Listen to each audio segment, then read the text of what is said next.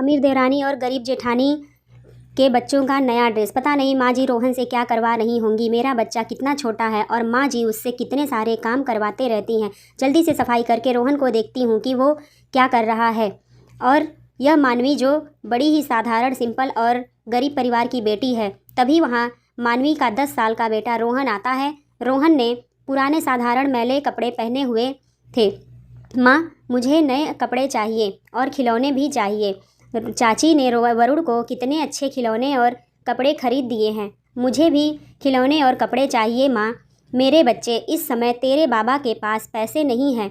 जब उनके पास पैसे आ जाएंगे ना, तो हम तुम्हारे लिए भी नए कपड़े खिलौने लेकर आएंगे। तभी मानवी की अमीर मॉडर्न गोरी सुंदर देवरानी निशा अपने बेटे वरुण के साथ वहाँ आती है। निशा ने मॉडर्न कपड़े और कीमती डायमंड का नेकलेस पहना हुआ था और वरुण ने भी काफ़ी अच्छे शानदार कपड़े पहने हुए थे। रोहन, तू अपनी इस गरीब फटीचर माँ के सामने कितना भी गिड़गिड़ा ले, पर यह गरीब तेरे लिए कभी भी कुछ भी नहीं ला पाएगी। माँ, मुझे यह पुराने कपड़े पहनना अच्छा नहीं लगता है। वरुण को देखिए, यह कितने अच्छे और नए कपड़े पहनता है और उसके पास कितने सारे खिलौने भी हैं। मेरे पास तो कुछ भी नहीं है ना। मुझे अच्छे कपड़े चाहिए। तभी वहाँ मानवी की सास मीनाक्षी आती है। मीनाक्षी ने भी डिजाइनर कीमती साड़ी पहनी हुई थी। अरे निशा बहू, सवेरे सवेरे तैयार होकर कहाँ जा रही हो? माँ, मैं पार्लर जा रही हूँ। सासू माँ, अगर आपको चलना है तो आप भी चलिए। वरुण को स्कूल भी छोड़ दूँगी। माँ, मुझे वो रेड वाली टी शर्ट चाहिए। हाँ, मैं तुझे दिला दूँगी वो रेड वाली टी शर्ट। अब चल मेरे बच्चे, स्कूल के लिए लेट हो जाएगा। निशा अपने बेटे के साथ वहाँ से चली जाती है। रोहन, यहाँ क्या कर रहा है तू? मैंने क्या कहा था तुझसे कि छत पर जाकर बैठ और वहाँ रखे हुए गेहूँ पर नज़र रख। चल जा और मेरे बुलाने तक नीचे मत आना, वरना मार मार कर चमड़ी लाल कर दूँगी। मैं तेरी दादी हूँ। दादी माँ, मुझे नहीं जाना छत पर, वहाँ बहुत धूप है। तभी मीनाक्षी रोहन को एक चाटा मार देती है और रोहन रोने लगता है। और रोहन की दादी बोलती है, मुझसे जुबान लड़ाता है तू? चुपचाप छत पर जाकर बैठ, वरना मार मार कर तेरी चमड़ी लाल कर दूंगी। चल जा, हट यहाँ से। रोहन रोते रोते वहाँ से चला जाता है। और उसकी बहू, मेरा बच्चा एक तो मुफ्त में खिलाओ, ऊपर से इनके ऐसे जवाब भी सुनो। तू क्या मेरा मुंह देख रही है? चल जा, सफाई कर और उसके बाद सारे गंदे कपड़े भी धोना है। इतना कहकर मीनाक्षी अपने कमरे में चली जाती है। यही भगवान जी, आज अगर मेरे पति ज़्यादा पैसे कमाते तो माँ जी कभी हम पर इतना जुल्म नहीं करती। मेरा बच्चा कितना रो रहा था। तभी मानवी घर की सफाई करती है और सारे कपड़े धो देती है और अपना सारा काम निपटा करके थोड़ी देर के बाद मानवी का काम ख़त्म हो जाता है। फिर वह सोचती है, मेरा बच्चा छत पर धूप में परेशान हो रहा होगा, जाकर देखती हूँ उसे। मानवी सीढ़ियाँ चढ़कर ऊपर जाने लगती है। तभी उसने वहाँ मानवी की सास मीनाक्षी आ जाती है। बहू, कहाँ जा रही है? माँ जी, वो रोहन के पास जा रही थी। वह काफ़ी समय से छत पे धूप में बैठा हुआ है, तो मैंने सोचा उसे नीचे भेज दूँ और मैं छत पर बैठकर गेहूँ देख लेती हूँ। दोपहर के खाने की व्यवस्था कौन तेरा बाप करेगा? धूप में मर नहीं जाएगा वो तेरा बेटा। चल जा और दोपहर के खाने की व्यवस्था कर। माँ जी, पर कुछ नहीं बोला ना, एक बार में जा। मानवी निराश होकर रसोई में जाती है। मेरा बच्चा धूप में कितना परेशान हो रहा होगा, यह बार बार अपने मन में सोचती थी। हे भगवान जी, मेरे बच्चे की रक्षा कीजिए। इधर रोहन घर की छत पर धूप में बैठा था। सामने छत पर कई सारे गेहूं के टुकड़े पड़े हुए थे। कितनी तेज़ धूप लग रही है। धूप, बाप रे, कितना तेज़ धूप है। थोड़ी देर के बाद रोहन नीचे आ जाता है तो मीनाक्षी सामने सोफे पर बैठी थी। ओए, तू नीचे क्यों आ गया? चल इधर आ। दादी माँ, वो ऊपर बहुत तेज़ धूप लग रही थी। इतनी तेज़ धूप में मुझसे बैठा नहीं जा रहा था। तभी मीनाक्षी रोहन को एक चाटा मार देती है। रोहन की रोती आवाज़ सुनकर रसोई में खड़ी मानवी घबरा कर जाती है। यह रोहन की आवाज़ है। तभी मानवी खाने में गलती से नमक की जगह चीनी डाल देती है और दौड़ते हुए रसोई से बाहर आती है। मम्मी, मुझे धूप लग रही थी, बहुत तेज़ से धूप लग रही थी। चल जा, छत पर बैठ। रोहन फिर से रोते हुए छत पर चला जाता है। तभी मानवी रसोई में आती है। माँ जी, क्यों मेरे बच्चे के साथ ऐसा सलूक करती हैं? मुझे तो समझ में नहीं आ रहा है। मानवी का सारा ध्यान अपने बेटे की ओर था। इधर खाना भी सही से नहीं बन पा रहा था। दोपहर का समय था। घर में डाइनिंग टेबल पर मीनाक्षी और उसके पति राकेश, मीनाक्षी का छोटा बेटा, बहू अभय, निशा, बड़ा बेटा तरुण, 2 बेटियां रिया, अनीता और दोनों पोते रोहन और वरुण। यह सब बैठे थे। तरुण और रोहन को छोड़कर बाकी सबने काफ़ी स्टैंडर्ड कीमती कपड़े पहने हुए थे। तभी मानवी सारा खाना लेकर रसोई से बाहर आती है और डाइनिंग टेबल पर रख देती है। अभय जी, कल वरुण की स्कूल की फीस भरनी है। निशा बोलती है, ठीक है, मैं तुम्हारे अकाउंट में पैसे डाल दूंगा और तुम उसकी फ़ीस भर देना। अभय एक बहुत बड़ी कंपनी में मैनेजर की नौकरी करता है और तरुण इसी शहर के एक कारखाने में छोटी मोटी मजदूरी करता है, जिसकी आमदनी बहुत ही कम थी। तरुण पढ़ा लिखा नहीं था। तभी सब जैसे ही खाना खाने लगते हैं तो सब्जी मीठी थी, क्योंकि मानवी ने गलती से सब्जी में नमक की जगह चीनी डाल दी थी। तभी उसके ससुर बोलते हैं, ये क्या, खाने में तो चीनी है। अरे 2 कौड़ी की गरीब, तुझे नमक और चीनी में भी अंतर नहीं पता है? तूने पूरे खाने में चीनी डालकर पूरे खाने को खराब कर दिया। समझ में नहीं आता है। मुफ्त की रोटियां खाकर जेठानी जी को बड़ी चर्बी चढ़ चुकी है। इतना सारा खाना वेस्ट हो जाएगा। अरे क्या आंख बंद करके खाना बना रही थी बहू? क्या रसोई में? माँ जी, मैंने तो खाने में नमक ही डाला था, फिर अचानक चीनी कैसे आ गया खाने में पता नहीं।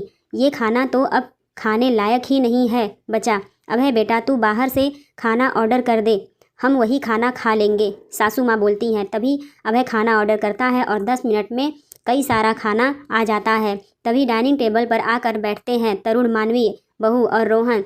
तुम तीनों मानवी के हाथ का बनाया हुआ खाना खाओगे, समझे? यह बाहर का खाना केवल हम लोगों के लिए आया है। यह सुनकर तरुण और मानवी दुखी हो जाते हैं।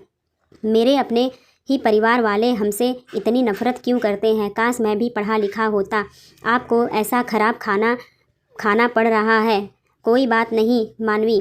परिवार के सभी सदस्य मानवी और तरुण से काफ़ी नफरत करते थे। यह उन्हें अपने घर में नौकरों की तरह मानते थे। निशा का बेटा वरुण वहीं स्कूल में पढ़ता था और रोहन, जो भी कभी स्कूल नहीं जाता, वह सारा दिन बस अपनी दादी के कहे कामों को करता रहता था, क्योंकि तरुण के पास इतना पैसा नहीं था कि वह अपने बेटे को पढ़ा सके।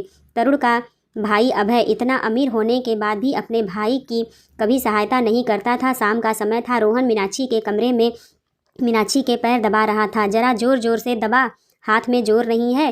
तेरे हाथों में दम नहीं है क्या? मीनाक्षी रोहन से रोज़ ऐसे ही अपनी सेवा करवाती थी। इधर मानवी घर के सारे काम निपटा कर अपने कमरे में आती है। वहाँ कमरे में तरुण बैठा था। तरुण से बोलने लगती है, रोहन कहाँ है? मानवी, वो माँ जी के कमरे में है। मानवी, तुम अपने मायके चली जाओ, और मेरे रोहन के कारण तुम यहाँ सबका इतना जुल्म क्यों सह रही हो? यह लोग जीवन भर तुम पर ऐसे ही जुल्म करते रहेंगे। नहीं जी, मैं आपको और रोहन को छोड़कर कहीं नहीं जाऊंगी। रोहन मेरा बेटा है और मैं उसे अपने से कभी दूर नहीं कर दूंगी। पता नहीं माँ और सबको हमसे इतनी नफरत क्यों है? क्या इस दुनिया में केवल पैसों से ही इंसान की इज्जत की जाती है? जिसके पास पैसा ना हो, क्या उसकी लोगों की नज़रों में कोई इज्जत नहीं होती है? आखिर क्या है राज तरुण और मानवी का? क्यों इनके एक ही परिवार वाले इनसे इतनी नफरत करते हैं? तो सारी बातें अच्छे से समझने के लिए हम चलते हैं इस कहानी के पीछे बीते हुए पल में। गरीब मानवी साधारण कपड़े पहने एक छोटे से मिट्टी के घर में अपने गरीब माता पिता दामिनी और हरिया के साथ बैठी थी। भगवान जी, आपने हमें इतना गरीब क्यों रखा? गरीब की वजह से मेरी बच्ची मानवी की कहीं भी शादी नहीं हो पा रही है। क्यों? हमारी गरीबी हमारी बच्ची की खुशियों को बर्बाद कर रही है। बाबा, आजकल सबको अमीर, मॉडर्न और सुंदर लड़कियां ही पसंद आती हैं। मुझ जैसी गरीब लड़की से कोई भी शादी नहीं करता। अब तो मैंने भी अपनी शादी की उम्मीद छोड़ दी है। लगता है इस जन्म में मुझे कुंवारा ही रहना होगा। तभी मानवी की माँ कहती है, तू ऐसा क्यों सोचती है मेरी बच्ची? देखना, तेरे भी शादी जरूर होगी। गरीबी की वजह से मानवी की शादी नहीं हो पा रही थी। अगले दिन सवेरे मानवी पैसे लेकर मार्केट में आती है। तभी रास्ते में उसे एक आदमी अपने छोटे बच्चे के साथ खड़ा दिखाई देता है। वो बच्चा जोर जोर से रो रहा था। रोहन बेटा, मेरे पास सच में पैसे नहीं हैं। मैं तुम्हें कहाँ से दिलाऊं? अगर पैसे होते तो मैं तुम्हें ज़रूर दिला देता। आप हमेशा ऐसा ही कहते हो पिताजी, पर कभी आप मुझे कुछ नहीं दिलाते हो। तभी वहाँ पर मानवी आ जाती है। क्या हुआ बेटा, तुम रो क्यों रहे हो? मुझे वो रिमोट वाली कार चाहिए। और मेरे पिताजी के पास पैसा नहीं है कि वो मुझे दिला सके। इतना प्यारा बच्चा है, क्यों उसे रुला रहे हो आप? दिला दीजिए ना इसे वो कार। मेरे पास पैसे नहीं हैं, मैं कहाँ से दिला दूँ? अगर पैसे होते तो मैं इसे ज़रूर दिला देता। तभी मानवी अपने पास के पैसे रोहन को देती है, बोलती है ये लो बेटा पैसे और वो कार खरीद लो। तभी रोहन और मानवी दोनों बात करने लगते हैं। छोटे बच्चे भगवान जी का रूप होते हैं और उन्हें कभी दुखी नहीं करना चाहिए। अगर आपकी पत्नी आपके साथ होती ना तो वो अपने बच्चे को इतना रोने नहीं देती। यह सुनकर तरुण की आंखें से आंसू निकल जाता है। क्या हुआ, आप रो क्यों रहे हो? तभी तरुण बोलता है मेरी पत्नी अब इस दुनिया में नहीं है तो फिर क्या, आपका यह बच्चा इसे कौन संभालता है? मैं ही संभालता हूँ। कहने को तो मेरे कई सारे अपने हैं पर वो मेरे अपने होकर भी कभी मेरे अपने नहीं बनते हैं। तरुण मानवी से काफ़ी समय बातें करने लगता है। थोड़े समय बाद रोहन मानवी और तरुण के पास आता है। पिताजी देखिए कार, यह आंटी जी तो कितनी अच्छी हैं। क्या माँ भी ऐसी थी पिताजी?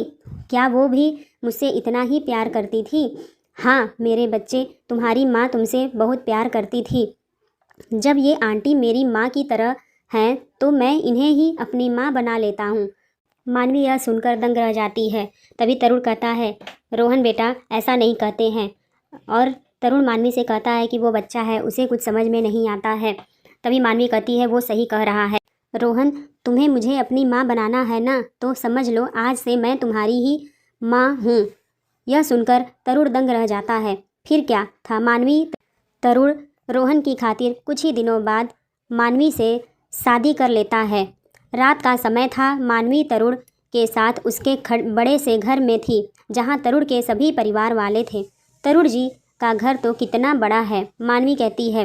तभी उसकी सास बोलती है दिखा दी ना अपनी गरीबी वाली औकात तूने तरुण, चल अच्छा ही हुआ जो तूने शादी कर ली। तभी सब अपने अपने कमरे में चले जाते हैं और तरुण रोहन और मानवी के साथ अपने कमरे में आता है। मैं जानता हूँ तुम क्या सोच रही हो मानवी, यही ना कि मेरी परिवार वाले साथ ऐसा पराया बर्ताव क्यों कर रहे हैं। असल मैं पढ़ा लिखा नहीं हूँ और छोटी मोटी मजदूरी करता हूँ। बस इसी के लिए मेरे परिवार वाले मुझसे और मेरे बेटे से नफरत करते हैं। मेरा छोटा भाई अभय एक कंपनी में नौकरी करता है, इसलिए माँ हमेशा उसकी इज्जत करती है। उसके बच्चे की हर खुशी का ख्याल रखते हुए उसे खूब प्यार मिलता है और मेरे रोहन को इसे कोई प्यार नहीं करता। अपने ससुराल में इस भेदभाव के बारे में सुनकर मानवी दुखी हो जाती है। मैं क्या कहती हूँ जी, हम रोहन का भी स्कूल में दाखिला करवा देते हैं ना, ताकि हमारा बच्चा भी पढ़ाई कर सके। मैं भी चाहता हूँ कि रोहन पढ़ाई करे, पर पैसों की कमी के कारण मैं अपने बच्चे को पढ़ा नहीं पा रहा हूँ। अगर रोहन पढ़ाई नहीं करेगा तो उसका पूरा जीवन बर्बाद हो जाएगा। मैं अपने मायके से पैसे लेकर आती हूँ ताकि हमारा बच्चा भी दूसरे बच्चों की तरह स्कूल जाए और पढ़ लिखकर काबिल इंसान बने। दोनों आपस में बातें करने लगते हैं। अगले दिन मानवी अपने पिता से पैसे लेकर आती है। दोपहर का समय था। मानवी तरुण घर के सबके साथ खड़े थे। तरुण जी, वरुण जिस स्कूल में पढ़ता है हम उसी स्कूल में रोहन का भी दाखिला करवा देते हैं। तभी उसकी सास बोलती है अच्छा तुम जैसी गरीब अपने बेटे का दाखिला इतनी बड़ी स्कूल में करवाओगी? पता भी है उसकी एडमिशन फ़ीस कितनी है? औकात है तुम्हारी इतनी फ़ीस भरने की? हाँ हाँ, 2 पैसा तो कमाता है तेरा पति और तू अपने बेटे को इतनी बड़ी स्कूल में पढ़ाने के ख्वाब देख रही है। रोहन कोई पढ़ाई नहीं करेगा, वो इस घर में रहकर यहाँ के सारे काम करेगा।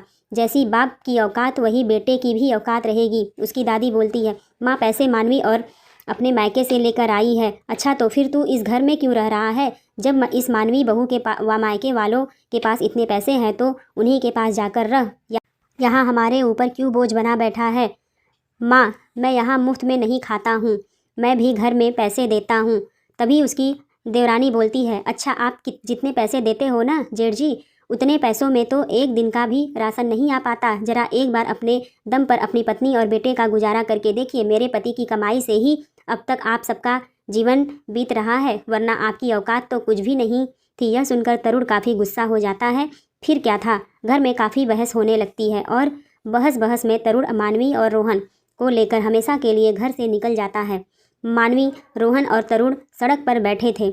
जब देखो तब मेरा अपना पराया अपमान हमेशा करते रहते हैं ये लोग। छोटे होकर भी मुझे बातें सुनाते हैं। यह लोग क्या समझते हैं? क्या मैं अपने बेटे को पढ़ा नहीं सकता हूँ? अब मैं दिखाता हूँ इन्हें कि मैं क्या कर सकता हूँ।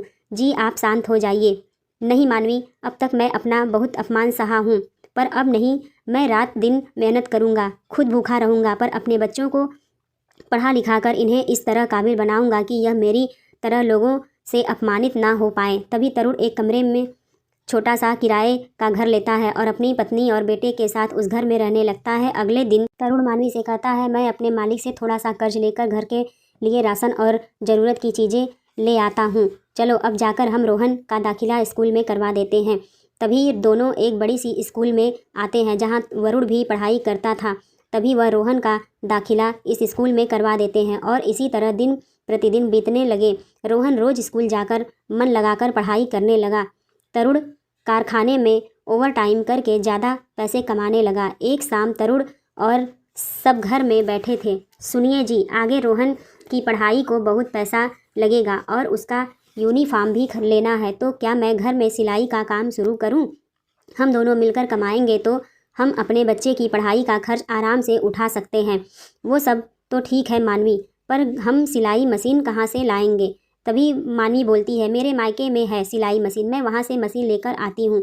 आप बाज़ार में जाकर कच्चा कपड़ा ले आइए, मैं रोहन के लिए स्कूल का यूनिफॉर्म सिल लूँगी। तभी मानवी अपने मायके से पुरानी सिलाई मशीन लेकर आती है और तरुण अपने पास के पैसों से कच्चा कपड़ा लेकर आता है। रात का समय था। मानवी सिलाई मशीन पर रोहन का स्कूल यूनिफॉर्म सिल रही थी।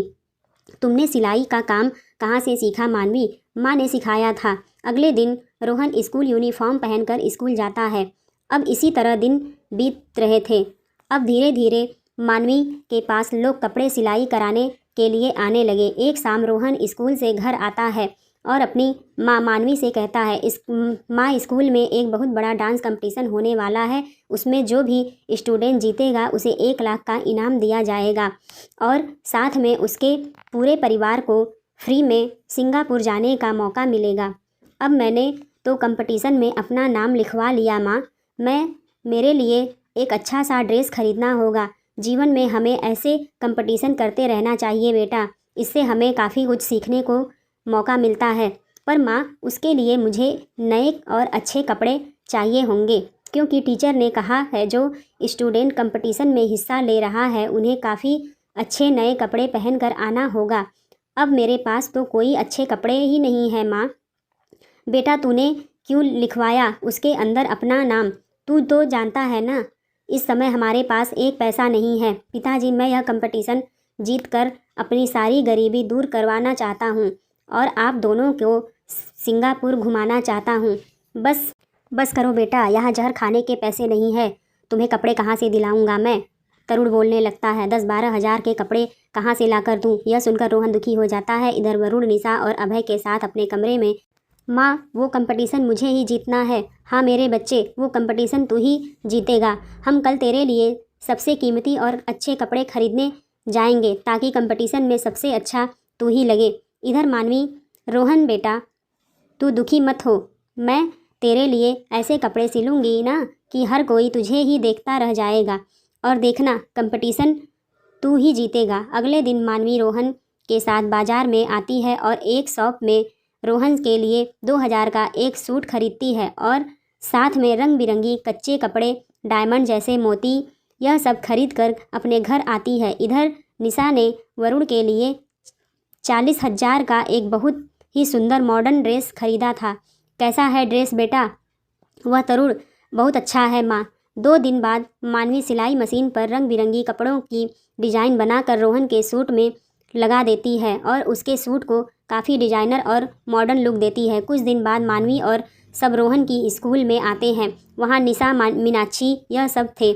सब कुर्सी पर बैठे हुए थे और सामने स्टेज पर बच्चे अपना परफॉर्मेंस दे रहे थे। अब शुरुआत में जो बच्चे डांस करके अपना परफॉर्मेंस दे रहे थे वो सब एलिमिनेट हो जाते हैं। इन बच्चों ने तो इतना सारा प्यारा डांस किया, फिर भी इन्हें रिजेक्ट कर दिया गया। पता नहीं मेरे रोहन का क्या होगा। अब एक एक करके सारे बच्चे अपना परफॉर्मेंस देते जा रहे थे। तभी सबसे आखिरी में रोहन और वरुण, इन दोनों का परफॉर्मेंस एक साथ आता है। दोनों एक ही कपड़े काफ़ी शानदार और यूनिक लग रहे थे। कितना प्यारा लग रहा है मेरा वरुण, देखना यह कंपटीशन तो वरुण ही जीतेगा। तभी दोनों अपने परफॉर्मेंस दे रहे थे। तभी वरुण रोहन को ज़ोर से धक्का दे देता है तो रोहन सीधे स्टेज के नीचे लोहे की चीज़ों के ऊपर जा गिरता है और एक लोहे की सलिया रोहन के पैर में घुस जाती है। सब यह देखकर सबकी आंखें फटी की फटी रह जाती हैं। तभी मानवी और वरुण सब रोहन के पास आते हैं तो रोहन का काफ़ी खून बह रहा था और वो बोल रहे थे, रोहन मेरे बच्चे, ये क्या हो गया, तुम्हें कितनी ज़्यादा चोट आई है। तभी यह सब रोहन को हॉस्पिटल लेकर आते हैं। इधर अभय और वरुण के पास आते हैं। यह क्या हरकत है वरुण, तुमने रोहन को धक्का क्यों दिया, देखा ना उसकी कितनी खून बह रही थी। वरुण ऐसा क्यों किया तुमने। निशा बोलती है, वो रोहन मुझसे भी ज़्यादा अच्छा डांस कर रहा था इसलिए मैंने उसे धक्का दे दिया। रोहन को बहुत गंभीर चोट आई है, हमें तुरंत हॉस्पिटल जाना होगा। तभी सब हॉस्पिटल आते हैं जहां रोहन का ऑपरेशन हो रहा था। कुछ घंटों बाद डॉक्टर आता है। डॉक्टर साहब, मेरा बच्चा कैसा है, वो ठीक है ना। लोहे की सलिया रोहन के पैरों में बहुत बुरी तरह से घुसी है। उसके पैर की 3 नसें कट चुकी हैं। अब आपका बेटा जीवन भर चल नहीं पाएगा। यह सुनकर सबके पैरों तले ज़मीन खिसक जाती है। तभी मानवी बोलती है, नहीं ये नहीं हो सकता, मेरा बच्चा कितना दर्द सह रहा है, खुद को संभालो मानवी। तरुण और मानवी को ऐसे रोते हुए देखकर निशा और सबकी आंखों में आंसू आ जाता है। निशा भी अपनी गलती का एहसास मानती है। जेठानी जी, अपने बच्चे की ओर से मैं आपसे माफ़ी मांगती हूँ, मेरे बच्चे को माफ़ कर दीजिए जेठानी जी। हाँ भाभी, वरुण ने यह ठीक नहीं किया, उसकी ओर से हम दोनों आपसे माफ़ी मांगते हैं। तभी मानवी बोलती है, निशा, मेरा रोहन अब कभी नहीं चल पाएगा। तभी निशा बोलती है, खुद को संभाल बहू, हम ना रोहन के साथ हैं, उसका सहारा बनेंगे हम, उसे जीवन में कोई तकलीफ़ नहीं होने देंगे। उसके बाद कुछ ही दिनों में रोहन को हॉस्पिटल से डिस्चार्ज मिल जाता है। तभी अभय और निशा रोहन, तरुण और मानवी को लेकर अपने घर आते हैं और अपने बीच के सारे गिले शिकवों को हमेशा के लिए भूलकर तरुण मानवी से अच्छे होकर अपने आगे का जीवन बिताने लगते हैं और सब हंसी खुशी रहने लगते हैं।